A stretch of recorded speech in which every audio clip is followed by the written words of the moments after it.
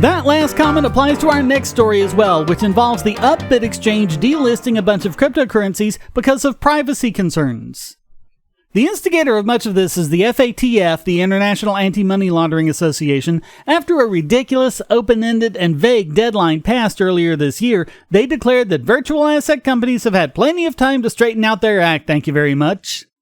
So then, South Korea's Financial Services Commission gets a new commissioner who immediately went to the legislature to demand new laws regarding cryptos.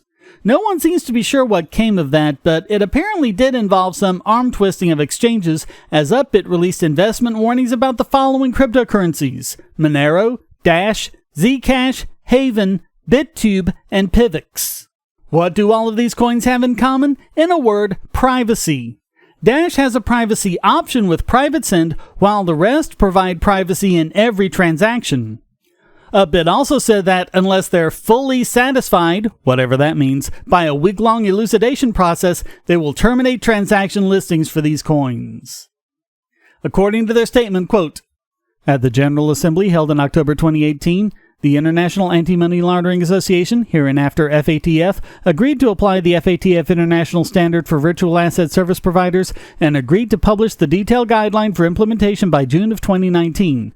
At the second general meeting held in February 2019, FATF finalized the statement in the comment, except for the transfer of virtual assets, and issued it in a statement. The amendment to the FATF R15 states companies handling virtual assets must hold a standard equivalent to that of financial institutions and to register and report its legal business of operation. In respect of the FATF's agreement that crypto assets should not be used for money laundering or illegal purposes, Upbit has decided to designate privacy coins, which is difficulty to identify the sender and recipient, as investment warning." Okay, several problems here. The first one being what I keep pointing out over and over and over again. Most money laundering and organized crime is committed with dollars, using cash transactions, which also can't be tracked. The way that law enforcement catches these bad guys is with good old-fashioned detective work. But somehow when it comes to cryptocurrencies and other cryptographic tools, they just seem to want to ignore the fact that that even exists. The second problem is about Dash specifically, but it shows both ignorance and hypocrisy. Dash transactions aren't private by default, only when using the network's Private Send option. But this is very similar to privacy options such as CoinJoin provided on Bitcoin and other non-privacy coins that Upbit and the FATF are apparently still okay with.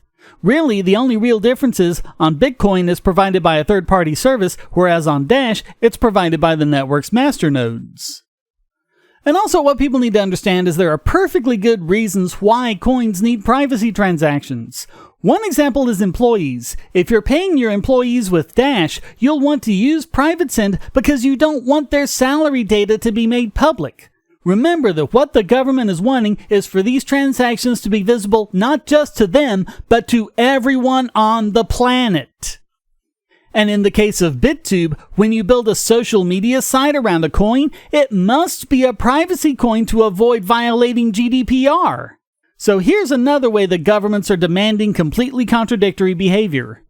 Governments all over the world instantly want to regulate things they know absolutely nothing about, and they cause all sorts of harm in the process. This is just one more example.